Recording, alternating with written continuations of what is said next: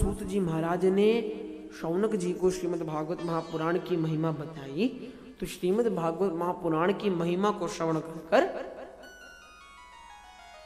शौनक जी महाराज पूछ बैठे, पूछा गुरुदेव, जब ये श्रीमद् भागवत महापुराण इतनी ही दिव्य है, इतनी ही अद्भुत है, तो फिर इनका कथन मात्र 7 दिन तक के लिए क्यों होता है? 7 दिन में भागवत जी सुनी, भंडारा खाया, तो जयराम जी की महाराज 7 दिन के लिए क्यों होता है? एक वर्ष भर या वर्ष भर भी नहीं तो कम से कम महीना 6 महीना के लिए तो अनुष्ठान चलना चाहिए। तब सूत जी महाराज अब बताते हैं, देखिए शौनक जी, सर्वप्रथम श्रीमद् भागवत महापुराण का सप्ताह आयोजन कहां से आरंभ हुआ और क्यों आरंभ हुआ, ये मैं आपको बताता हूं। सूत जी महाराज कहते हैं, सूत उवाच एकदा हि विशालायां चत्वारः ऋषयो मला सत्संगार्थं समायाता ददृशुस्तत्र नारदम्। एक बार की बात है, सनत सनंदन सनातन सनत कुमार 4 ब्रह्मचारी जो बालपन से ही भगवान के परम भक्त हैं, इनका जीवन ही है कथा, कथा मात्रैक जीवनम, हरि कथा ही जिनका एकमात्र जीवन हो, हरि कथा ही जिनका एकमात्र कार्य हो। इनका क्या नियम है? तो रोज सुबह उठकर नित्य कर्म से निवृत्त हो परमात्मा को ढूंढने के लिए। कैसे? तो भगवत भक्तों के माध्यम से हरि चर्चा का श्रवण करते हुए परमात्मा को प्राप्त करने के लिए एक वक्ता ढूंढने निकल पड़ते हैं। अच्छा, जब वक्ता नहीं मिले और श्रोता भी न मिले तो क्या करते हैं? एक भैया वक्ता बन जाता है, 3 भाई श्रोता बन जाते हैं, घर का सत्संग प्रारंभ हो जाता है महाराज। ऐसे ही अगर श्रोता मिल गए तो वक्ता बन जाते हैं, वक्ता मिल गए तो श्रोता बन जाते हैं। सत्संग रोज होना चाहिए कैसे भी हो। तो ये बद्रीनाथ धाम में सत्संग कर रहे थे, हरि भजन कर रहे थे, एक वक्ता को ढूंढ रहे थे। हरि भजन करते करते इन्हें कौन दिखा? तो इन्हें नारद जी महाराज दिख गए। और नारद जी महाराज को जो उन्होंने देखा स्वयं प्रफुल्लित हो गए, आनंदित हो गए। अरे महाराज, ये तो नारद जी महाराज के दर्शन हमें हो गए। नारद जी तो भक्ति मार्ग के आचार्य हैं, इनके दर्शन हमें आज हो गए। आज तो बढ़िया उत्तम हमें सत्संग प्राप्त होगा। अब ये भागे भागे नारद जी के पास गए और जो नारद जी का लटका हुआ चेहरा देखा, स्वयं पूछ बैठे,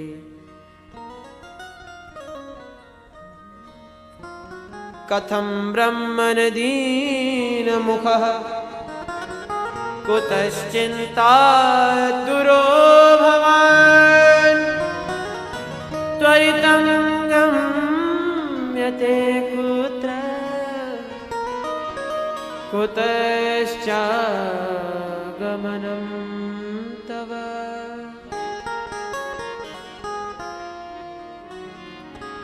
इदानीं शून्यचित्तोऽसि गतवित्तो यथा जन तवेदं मुक्तसंघस्य नोचितं वद कारणम्। कथम ब्राह्मण दीन मुख, हे ब्राह्मण देवता, हे नारद जी महाराज, आप ऐसा क्यों मुंह लटकाए हुए हैं? आपका मुख तो ऐसे लग रहा है मान लो किसी धनी व्यक्ति से, किसी लोभी व्यक्ति से किसी उसका धन किसी ने छीन लिया हो। महाराज, आपका मुख तो ऐसे लटका हुआ है, क्यों? आपके पास तो ना कोई जमीन है ना धन है। जमीन इसलिए नहीं है क्योंकि 2 घड़ी से ज्यादा कहीं टिक नहीं सकते। शराब है प्रचित दक्ष का, तो इतना क्यों लटके हुए हैं महाराज? आप गए कहां थे और आ कहां से रहे, हमें बताइए। इदानीम शून्य चित्तोसी गतवित्तो यथा जन, जिस प्रकार गतवित्तः किसी लोभी व्यक्ति का धन चला जाए तो वो दुखी हो जाता है, उस प्रकार आप भी दुखी लग रहे हैं। तवेदम मुक्त संगस्य नोचितम वद कारणम। आप जैसे मुक्त संग महात्मा को ये शोभा नहीं देता, हमें कारण बताइए।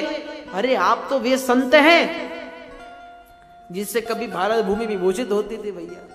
पहले संतों से होती थी, आज शांता से हो रही है हमारे। सबको पता है आज क्रिसमस है, ये नहीं पता आज तुलसी दिवस भी है हमारा भारत भूमि संतों की भूमि है, इसे शांता की भूमि मत बनाए। मेरे कथन का तात्पर्य यह है कि हमें अपने व्यक्तित्व पर ध्यान देना है, ये नहीं कि दूसरे का अनादर कर दो। महाराज संप्रदाय विशेष, अरे खुद के धर्म पर भले ही विश्वास हो या ना हो, दूसरे के धर्म को जरूर गाली देनी। अरे महाराज उसकी जैसी श्रद्धा, उसको उसकी श्रद्धा जैसी हो आप उसको करने दो, उसको उसी में आनंद आ रहा है भैया। आपको अपने पर विश्वास रखना है।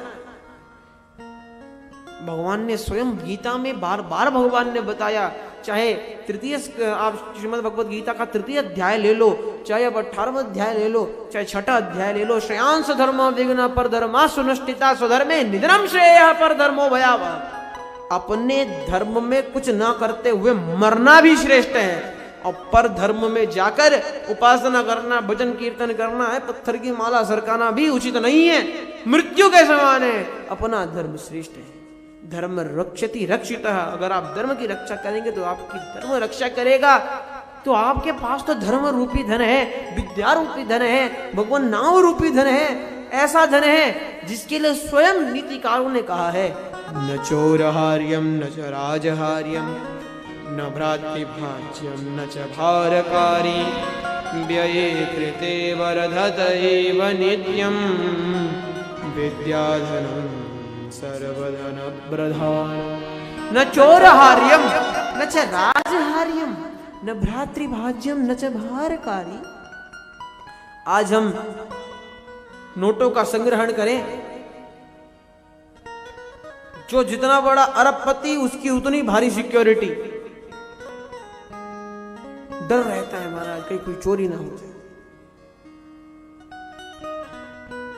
अच्छा चलो भैया, चोरी का डर रहता है और क्या रहता है, तो हम जो है बैंक में कम धन दिखाते हैं, घर में ज्यादा धन रखते हैं महाराज। जिसका अगर मैंने नाम ले दिया तो हर व्यक्ति मुस्कुराकर सर नीचे कर लेगा, क्योंकि ये चीज सबके पास है, क्या ब्लैक मनी, काला धन महाराज सभी के पास है। बैंक में कम दिखाए हैं, और हाँ घर में कपड़ों के नीचे चाबी छुपाई है लॉकर की, उस लॉकर में बहुत खजाना भरा है महाराज। तो लॉकरों में बहुत है, क्यों डर है? अगर बैंक में दिखा दिया तो राजहार्यम, जितना दिखाओगे उतना टैक्स भी देना पड़ेगा महाराज। तो राजा हर लेगा टैक्स के माध्यम से, इसका डर है। और वैसे ही भैया जीएसटी टैक्स तो प्रतिवर्ष बढ़ता ही जा रहा है। कभी 14 हुआ करता था किसी जमाने में, फिर 16% हो गया, 18% हो गया, न जाने कितने प्रतिशत बढ़ ही रहा है महाराज। तो राजा ना ले ले इसका भी डर है। और तो और ये डर अधिकतम लोगों में होता है क्या, न भ्रातृभाज्यम। पहले ही पिताजी ने 1000 रुपए कमाए, जिसमें से 300 रुपए सरकार में चले गए, 100 रुपए उनकी दवाई में चले गए, बचे 600 रुपया, इसमें से 300 रुपए दूसरे भाई में बांटने पड़ेंगे भैया। तो भ्रातृभाज्यम न च भारकारी, जिसकी जेब जितनी गर्म रहती है उसके माथे पर उतना ही भार रहता है महाराज। और सबसे बढ़िया तो हम भगवत भक्तों का होता है, हमारे वस्त्र ही है धोती कुर्ता। कुर्ता तो आजकल लोग पहनने लगे, उपवस्त्र, जेब ही नहीं है महाराज, पैसे कहां रखोगे? हमारे तो मस्तिष्क में हमारे पैसे रहते हैं। विद्वान ब्राह्मण जहां अपना मुख खोल देंगे, सरस्वती मैया जहां प्रकट होंगी, लक्ष्मी मैया अपने आप आकर खड़ी हो जाएंगी महाराज। तो न चोर हार्यम, आपके पास तो ऐसा धन है जो जिसे न चोर हर सकते हैं, न राजा ले सकते हैं, न भाई में बांटना पड़ता है, और हैवी भी नहीं है। दिमाग की पेन ड्राइव में इंस्टॉल कर लो और जीवन में अपलोड कर लो, तो कोई दिक्कत नहीं है। और तो और भैया कोई अनुष्ठान हो या कोई कार्य हो, नोट जब जाते हुए दिखते हैं तो कमाने वाले का खून अंदर ही अंदर गर्म होता है, अरे इतनी मेहनत से झूठ सच कर कर दिन में 100 बार झूठ बोले, एक बार सच बोला तब जाकर 500 का नोट घर में आया और इसने खाने में ऐसे ही उड़ा दिया महाराज। तो भैया टेंशन रहती है कम ना हो जाए, लेकिन ये धन तो ऐसा है इसे जितना बांटोगे उतना बढ़ेगा। न भ्रातृ भाज्यम न च भारकारी व्यये कृते, जब व्यय करोगे इसको खर्च करोगे तो क्या है, वर्धत बढ़ेगा। और कैसा, ऐसा नहीं कि आज बढ़ा कल नहीं बढ़ा, वर्धत एव नित्यम, ही लगाया, एव बढ़ेगा ही, और ऐसा नहीं आज बढ़ेगा रोज ही बढ़ेगा, बढ़ेगा ही, वर्धत एव नित्यम, विद्याधनम सर्वधन प्रधानम, ये विद्या रूपी धन सभी धनों में प्रधान है। और वही विद्या जिस धन की ओर उद्देशित करती है वो है भगवान नाम का धन।